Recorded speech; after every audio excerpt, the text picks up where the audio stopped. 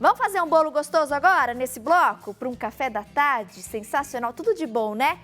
Ai, gente, essa versão aqui é sem glúten e sem lactose. Exatamente. Para aquelas crianças e mamães que têm restrição, certo, Wanda? Certo. Seja bem-vinda. Tá aqui de novo. Prazer tê-la aqui, viu? Que bom revê-la. A gente estava conversando bastante com o pediatra, né? Sim. Sobre as alergias alimentares que têm sido cada vez mais comuns, né? Sim. Não só em crianças, mas em adultos também a gente percebe essa intolerância, né? Cada vez mais comum. Sim. E sem falar que também algumas pessoas acabam restringindo também, né? Por motivos de dieta, a gente sabe disso, né? Então, assim, as pessoas que se sentem um pouquinho com barriga inchada, né? Então, sempre fazem uma associação ao glúten, né? Independente da sensibilidade ao glúten, né? Essa preocupação hoje, ela é existente.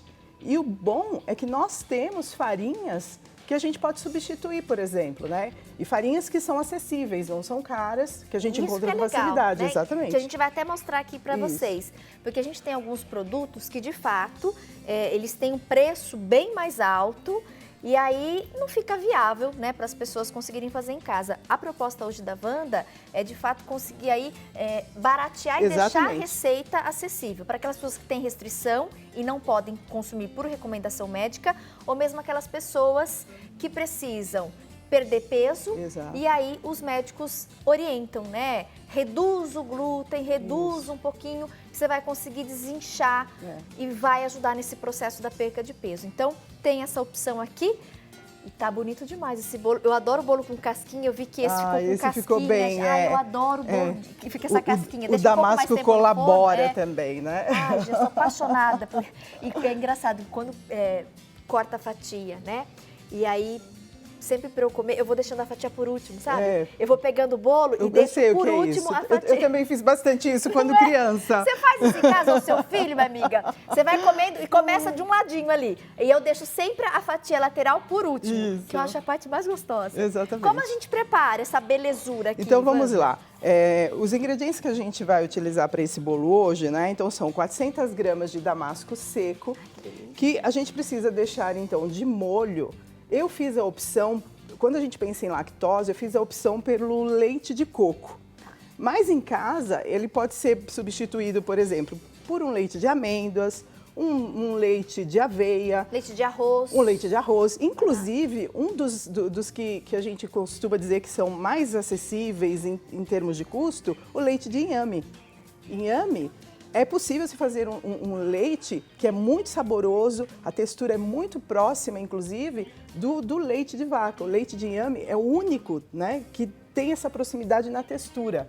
E leite de inhame é fácil de fazer, é barato. O inhame é riquíssimo, riquíssimo, né? Cheio de nutrientes. O leite de exatamente. Como é que faz? A gente já ensinou no programa, inclusive, o leite, né, de castanhas, Sim. o leite de arroz, mas o leite de inhame? O correto é você pegar, por exemplo, os inhames, eles são sempre pequenininhos, né? Então, vamos dizer assim, 3 pequenininhos, que é o relativo a 150 gramas, tá? Então, você tem 3 inhames pequenininho, você cobre ele com água e deixa ele por 12 horas na geladeira. De molho? Isso, de molho. Tá. Descarta a água, coloca então dentro do liquidificador, né, com 2 xícaras de água. E o que acontece? Você começa a bater, bate, coa, e você vai perceber que você tem um leite com uma textura muito próxima ao leite, né, de vaca. E é saboroso. Eu costumo colocar ainda 1/4 de coco, pedaço de coco fresco, junto com o leite de inhame, porque aí o sabor fica até mais agradável para você tomar puro mesmo, né? Ai, que delícia. Então, eu vou pegar 3 inhames. Isso, os pequenininhos. Cerca de 150 gramas. Por exemplo, exatamente. Descasco. Descasca ele, exatamente. E ponho de molho na geladeira. Isso mesmo. Aí você deixa assim por 12 horas. Eu costumo fazer isso à noite. Eu deixo à noite de manhã. Água o suficiente para cobrir. Descarta a água, tá? E bate ele, né, então, com 2 xícaras de água. Pode ser puro, então você tem só o leite de inhame. Você quer acrescentar um pouquinho de sabor a ele, modificar, ou deixar ele mais saboroso, porque às vezes a gente precisa tomar esse leite puro. Sim. Coloca 1/4 de coco, um pedacinho de coco fresco. E bate junto. E bate junto. É dos deuses. Prova, você precisa fazer. Aqui a gente está usando o leite de coco. Aqui a opção é leite de coco, poderia ser outros leites vegetais e tudo mais, né? Perfeito. Então a gente tem aqui também os ovos que eu deixei ali no meu... Deixa eu pegar aqui rapidinho. Pode pegar, fica à vontade. Que a gente vai precisar. Então, a gente tem 10 ovos que a gente vai utilizar para essa nossa receita. Eu tenho 200 ml de óleo de coco, né? Então, eu utilizo aqui o óleo de coco. 200 gramas de açúcar de coco, tá? E aqui nessa receita eu gostaria também de deixar essa opção de que dependendo do que a pessoa já está acostumada a comer com relação a menos açúcar, mais açúcar, ela pode abrir mão do açúcar de coco. Porque o damasco... já é docinho. Ele também adoça. Exatamente. Então seria eu mais uma tenho opção. 400 gramas do damasco. Isso, seco, que ficou hidratado, né? Por no mínimo 2 horas, né? Em 400 ml de leite de coco. Então a gente tem ele aqui, já ó. Tá. Já tá damasco hidratado. E o leite de coco. Exatamente. 400 gramas do damasco e 400 ml do leite de coco. Exatamente, hidratado. Além dessa mistura, a gente vai usar 10 ovos. Exatamente. 200 ml do leite de coco. Do óleo de coco. Do óleo de coco, exatamente. Perdão. 200 gramas do açúcar de coco, exatamente. que é opcional. O açúcar de coco é opcional. Isso, exatamente. Aí a pessoa vê o sabor, se ela quer mais docinho, menos docinho, e as farinhas? Né? Então aí vamos lá. Eu estou usando aqui farinha de amendoim, 200 gramas de farinha de amendoim. Farinha de amendoim é uma farinha que ela não tem, né? Então, glúten, e é uma farinha de custo acessível, né? Aí, assim, para saborizar ela um pouquinho mais, eu estou usando mais uma outra oleaginosa, tá? Que no caso, a farinha de avelã, 100 gramas de farinha de avelã. Eu poderia usar 300 gramas só de amendoim? Eu poderia. Então, esse aqui, essas 100 gramas, é porque a gente acrescenta um sabor a mais ao bolo. A gente, né, valoriza um pouco mais aquele sabor do bolo. Se eu comprar o amendoim em casa e triturar, eu consigo usar? As pessoas geralmente têm dificuldade de fazer isso em casa e eu vou explicar por quê. Vira pasta, exatamente, né? Mas aí tem um truque, tá? Que eu ensino sempre para os meus alunos. Eles usam muito o liquidificador, né?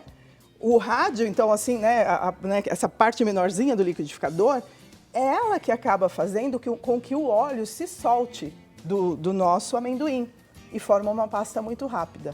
O que a gente tem que fazer? A gente tem que fazer essa farinha na processadora.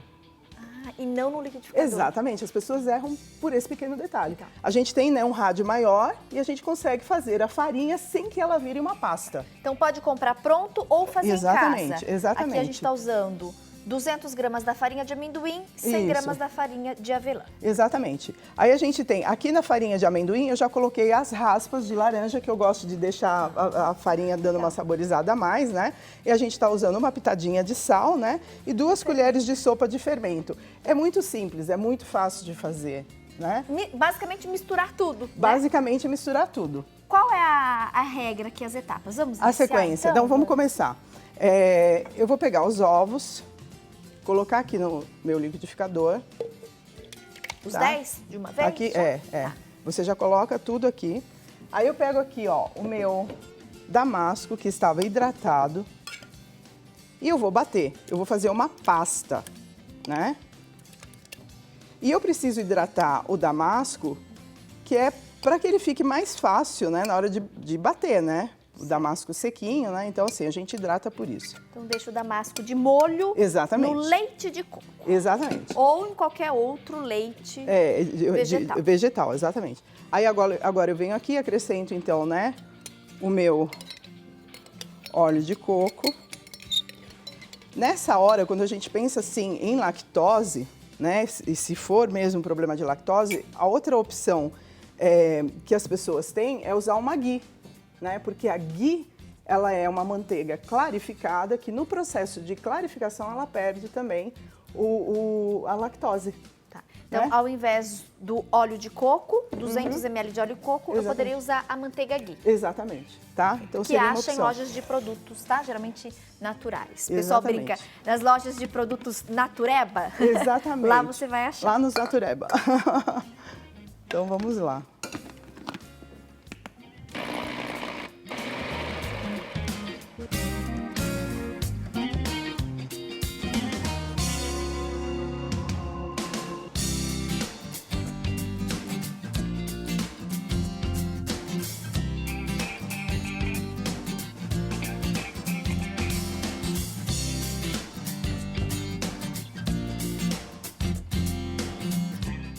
Aí aqui, ó, eu já tenho, né, a minha consistência, a consistência que eu preciso, né, o meu creme, olha como fica. Bem cremoso, Bem né, cremoso. Wanda? E aí vamos facilitar a vida das pessoas, porque eu escuto muito assim, né, principalmente os mais jovens, a garotada, né, ai, mas eu não tenho batedeira. Acontece, eles estão cada vez mais indo para a cozinha, né? Vamos fazer tudo no liquidificador.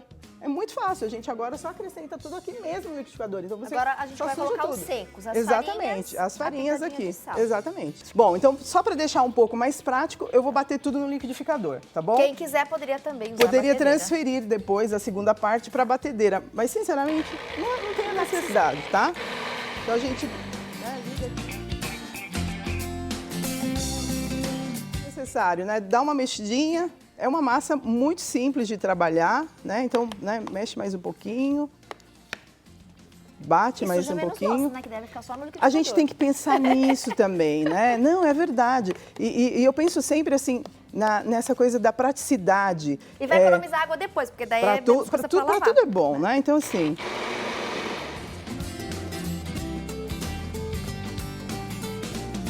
Vamos bem. E aí, o segredo também do bolo que você gosta com aquela cor maravilhosa é passar óleo de coco na forma. Pra ficar assim, né? Bem douradinho. É. Bem A diferença queimadinho. entre passar óleo de coco e manteiga em preparações sem glúten, quando a gente usa farinha de oleaginosas, porque ela já tem o óleo, é que o óleo de coco deixa, então, uma cor mais bonita no bolo. Enquanto que a manteiga, ela deixa uma corzinha mais opaca. Né? Então, o óleo de coco, ele deixa mais vivo, porque a gente já tem a gordura das oleaginosas, né? Mas isso, na hora de assar, coco. fica aquele bolo bem moreninho. Eu gosto de falar isso, né? Porque as pessoas conheço sabem gente a que diferença. prefere aquele bolo mais branquinho, mais clarinho. Exatamente, tá? Aí não usa óleo de coco para untar. Aí pode né? passar manteiga, por exemplo, mas aí passa manteiga ghee se for o caso de tirar a lactose por né, N motivos, né? Até mesmo de saúde. Restrição nenhuma, isso, pode exatamente. fazer essa receita, gente, usando daí a manteiga, né? Usando o leite de vaca. Exatamente. Aqui a gente dá as dicas de substituições. Isso, a gente dá. Usando leite vegetal. Tati, eu não tenho aqui o leite vegetal, não tenho restrição. Você pode fazer receita com leite de vaca. Receita normal, exatamente. Aí, uma outra coisa, Tati, que eu acho muito interessante que a gente tem agora no Brasil, são várias opções de farinha, né? Sim. Que não tem glúten. Por exemplo, nós temos a farinha de mandioca, que se encontra facilmente para panificação e confeitaria, específica para isso, né? Então, tem nas lojas Natureba, vamos chamar assim, né? Tem também essa... E a gente tem também aquela famosa mistura de farinha de arroz, né? Fécula de batata, os amidos. Então, assim, a gente tem várias opções de farinhas que a gente pode utilizar que não tem glúten. E que a gente pode usar nas preparações dos nossos Exatamente, bolos, né? Bolos e pães, né? Então, assim, isso facilita bastante a vida da gente também. Bem cremosa, ela fica bem cremosa. Bem consistente, Bem consistente, né? Quanto tempo de forno, Então, Wanda? aí o forno é sempre assim. A gente tem que estar com o forno pré-aquecido, tá? 180 graus, os primeiros 10 minutos. Tá. Subiu o bolo, a gente abaixa, então, para uns 140 graus. Wanda, meu forno não é elétrico, né? Meu forno é a gás. Então, dá uma olhadinha na chama. A chama alta, 10 minutos, tá? No que o bolo subiu, a gente coloca do médio para baixo. A gente tem que observar a chama do nosso forno, tá bom? Esse é o grande segredo, Esse vai pro forno e eu vou pedir, por favor, para você me servir desse com casquinha. Faremos eu quero isso. bolo com casquinha aqui, gente. Isso, com casquinha e tudo que você merece. Ai, tá lindo. Gostei de saber que é o óleo de coco que vai que deixa a cor escuro, bonita. mais casquinha ainda. Exatamente, né? Eu também acho muito mais bonito, eu prefiro. Essa é uma versão, então, sem glúten e sem lactose. Exatamente. Bolo de avelã com damasco. Exatamente. Ai, que bonita a massa assada. Tá? Então, dá uma olhadinha. Já come com os olhos. Por ser oleaginosas, que é o que a gente está usando, então ele é um bolo molhadinho. Eu ia comentar, ó, ele é um bolo só molhadinho. de ver, a gente já percebe, né? Exatamente. Ó, antes de provar, exatamente. você já vê que é um bolo bem úmido. Exatamente, tá?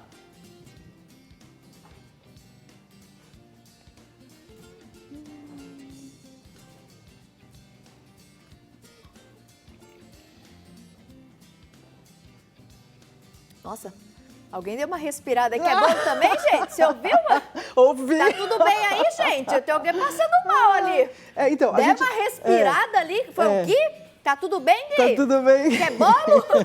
Você ouviu, Fadão? Eu vi. Nossa! A gente... Pega um pedaço de bolo pro Gui, Wilson. Exatamente, né? Então, é justamente isso. As oleaginosas, né, que ficam soltando aquela gordura. O damasco.